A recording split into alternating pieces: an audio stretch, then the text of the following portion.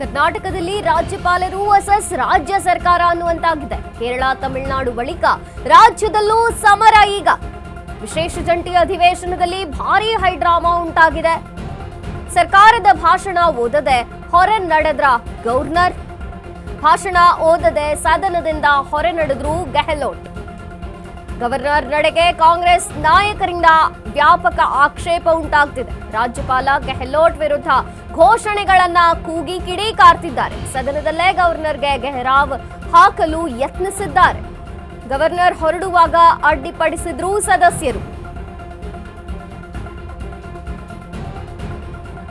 ಭಾಷಣ ಓದದ ಗವರ್ನರ್ ವಿರುದ್ಧ ಇದೀಗ ಸಿಎಂ ಕೆಂಡಾಮಂಡಲ ಆಗಿದ್ದಾರೆ. ರಾಜ್ಯಪಾಲರು ಕೇಂದ್ರದ ಕೈಗೊಂಬೆಯ ರೀತಿ ವರ್ತಿಸಿದ್ದಾರೆ. ಸರ್ಕಾರದ ಭಾಷಣ ಗವರ್ನರ್ ಓದೋದು ಅವರ ಕರ್ತವ್ಯ. ಕ್ಯಾಬಿನೆಟ್ ಕೊಟ್ಟ ಭಾಷಣವನ್ನ ರಾಜ್ಯಪಾಲರು ಓದಬೇಕು. ಗವರ್ನರ್ ತಾವೇ ತಯಾರಿಸಿದಂತಹ ಭಾಷಣ ಮಾಡಿದ್ದಾರೆ. ಸರ್ಕಾರ ಕೊಟ್ಟ ಭಾಷಣ ಓದಿಲ್ಲ. ಕಳೆದ ವರ್ಷ ಸರ್ಕಾರ ಕೊಟ್ಟ ಭಾಷಣ ಓದಿದ್ರು. ಮನ್ರೇಗಾ ಯೋಜನೆ ಮರು ಜಾರಿ ಮಾಡಲೇಬೇಕು.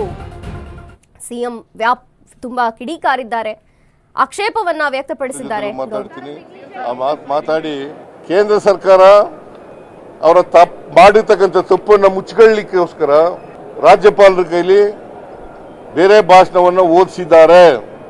ಇದು ಸಂವಿಧಾನ ಬಾಹಿರ, ಸಂವಿಧಾನದ ಉಲ್ಲಂಘನೆ.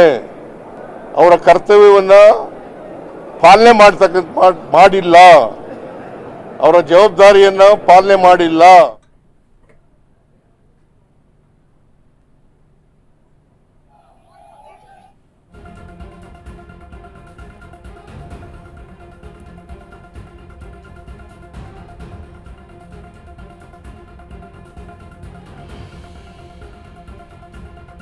ಭಾಷಣ ಓದದ ಗವರ್ನರ್ ವಿರುದ್ಧ ಸಿಎಂ ಕಿಡಿಕಾರಿರುವಂಥದ್ದು.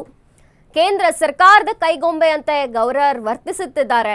ಇದು ಸರಿಯಲ್ಲ. ಇದು ಕ್ಯಾಬಿನೆಟ್ ಏನ್ ಕೊಟ್ಟಿರುತ್ತೋ ಭಾಷಣ ಅದನ್ನ ಅವರು ಓದಬೇಕು. ಕಳೆದ ಬಾರಿ ಓದಿದ್ರು, ಆದ್ರೆ ಈ ಬಾರಿ ಇಲ್ಲ. ನಾನು ಈಗ ಕೂತ್ಕೊಂಡು ಮಾತಾಡ್ತೀನಿ, ಬೇರೆ ಮಂತ್ರಿಗಳ ಜೊತೆ ಮಾತಾಡ್ತೀನಿ, ಲಾ ಮಿನಿಸ್ಟರ್ ಜೊತೆಲೂ ಮಾತಾಡ್ತೀನಿ.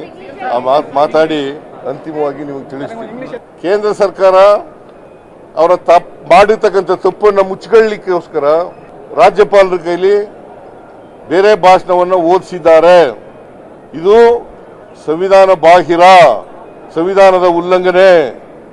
ಅವರ ಕರ್ತವ್ಯವನ್ನ ಪಾಲನೆ ಮಾಡಿಲ್ಲ, ಅವರ ಜವಾಬ್ದಾರಿಯನ್ನ ಪಾಲನೆ ಮಾಡಿಲ್ಲ. ನಾವು ಓದಿರ್ತಕ್ಕಂಥ ಭಾಷಣ ಈಗಾಗಲೇ ಎಲ್ಲ MLAಗಳಿಗೆ MLCಗಳಿಗೆ ಡಿಸ್ಟ್ರಿಬ್ಯೂಟ್ ಮಾಡಿದ್ದೀವಿ. ನಾವು ತಯಾರು ಮಾಡಿದಂಥ ಭಾಷಣ, ಸರ್ಕಾರ ಕ್ಯಾಬಿನೆಟ್ ತಯಾರು ಮಾಡಿದಂಥ ಭಾಷಣನ ಎಲ್ಲ MLAಗಳಿಗೆ MLCಗಳಿಗೆ ಡಿಸ್ಟ್ರಿಬ್ಯೂಟ್ ಮಾಡಿದ್ದೀವಿ. ಅದು ನಾನು ಮತ್ತೆ ನಿಮ್ಮ ಜೊತೆ ಮಾತಾಡ್ತೀನಿ. ನಾನು ಗಾಂಧೀಜಿ ಹೆಸರನ್ನು ಕೂಡ ತೆಗೆದುಬಿಟ್ಟಿದ್ದಾರೆ. ಇಲ್ಲ, ನಾವು ಕೋರ್ಟ್ಗೆ ಹೋಗ್ಬೇಕು, ಸುಪ್ರೀಂ ಕೋರ್ಟ್ನಲ್ಲಿ ಮೊಕದ್ದಮೆನ ಹೂಡಬೇಕು ಬೇಡವೋ ಅಂತಕ್ಕಂಥದ್ದನ್ನು ವಿಚಾರ ಮಾಡಿ ನಿಮಗೆ ತಿಳಿಸ್ತೀನಿ. ಇಲ್ಲ, ನಾನು ಈಗ ಕೂತ್ಕೊಂಡು ಮಾತಾಡ್ತೀನಿ, ಬೇರೆ ಮಂತ್ರಿಗಳ ಜೊತೆ ಮಾತಾಡ್ತೀನಿ, ಲಾ ಮಿನಿಸ್ಟರ್ ಜೊತೆಲೂ ಮಾತಾಡ್ತೀನಿ. ಮಾತಾಡಿ ಅಂತಿಮವಾಗಿ ನಿಮಗೆ ತಿಳಿಸ್ತೀನಿ. ಕೇಂದ್ರ ಸರ್ಕಾರ ಅವರ ಮಾಡಿರ್ತಕ್ಕ ಗವರ್ನರ್ ಗೆಹ್ಲೋಟ್ ವಿರುದ್ಧ ಕಾನೂನು ಸಮರ ಸಾರುತ್ತಾ ಸರ್ಕಾರ. ಕಾನೂನು ಹೋರಾಟದ ಸುಳಿವು ಕೊಟ್ಟ ಸಿಎಂ ಸಿದ್ದು. ಕೋರ್ಟ್ಗೆ ಹೋಗಬೇಕಾ ಎಂದು ಚರ್ಚೆ ಮಾಡ್ತೇವೆ.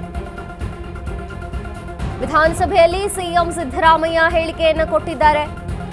ಗವರ್ನರ್ ಭಾಷಣ ಮಾಡದೆ ತೆರಳಿದ್ದಕ್ಕೆ ಆಕ್ರೋಶವನ್ನ ವ್ಯಕ್ತಪಡಿಸಿದ್ದಾರೆ.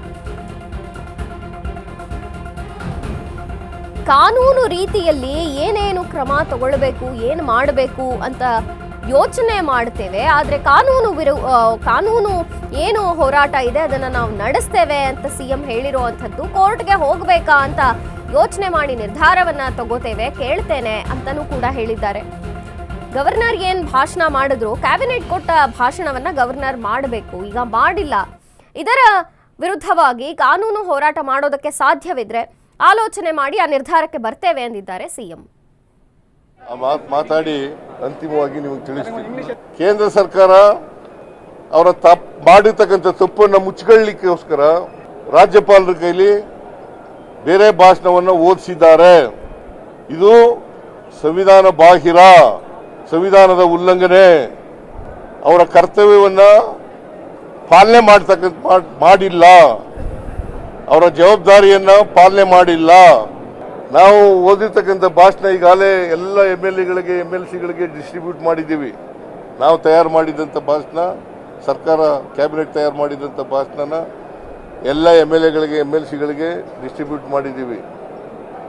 ಅದು ನಾನು ಮತ್ತೆ ನಿಮ್ಮ ಜೊತೆ ಮಾತಾಡ್ತೀನಿ. ನಾನು ಗಾಂಧೀಜಿ ಹೆಸರನ್ನು ಕೂಡ ತೆಗೆದುಬಿಟ್ಟಿದ್ದಾರೆ. ಇಲ್ಲ, ನಾವು ಕೋರ್ಟ್ಗೆ ಹೋಗ್ಬೇಕು, ಸುಪ್ರೀಂ ಕೋರ್ಟ್ನಲ್ಲಿ ಮೊಕದ್ದಮೆನ ಹೂಡಬೇಕು ಬೇಡವೋ ಅಂತಕ್ಕಂಥದ್ದು ಇಲ್ಲ. ನಾವು ಕೋರ್ಟ್ಗೆ ಹೋಗ್ಬೇಕು, ಸುಪ್ರೀಂ ಕೋರ್ಟ್ನಲ್ಲಿ ಮೊಕದ್ದಮೆನ ಹೂಡಬೇಕು ಬೇಡವೋ ಅಂತಕ್ಕಂಥದ್ದನ್ನು ವಿಚಾರ ಮಾಡಿ ನಿಮಗೆ ತಿಳಿಸ್ತೀನಿ. ಇಲ್ಲ, ನಾವು ಕೋರ್ಟ್ಗೆ ಹೋಗ್ಬೇಕು, ಸುಪ್ರೀಂ ಕೋರ್ಟ್ನಲ್ಲಿ ಮೊಕದ್ದಮೆನ ಹೂಡಬೇಕು ಬೇಡವೋ ಅಂತಕ್ಕಂಥದ್ದನ್ನು ವಿಚಾರ ಮಾಡಿ ನಿಮಗೆ ತಿಳಿಸ್ತೀನಿ. ಇಲ್ಲ, ನಾವು ಕೋರ್ಟ್ಗೆ ಹೋಗ್ಬೇಕು, ಸುಪ್ರೀಂ ಕೋರ್ಟ್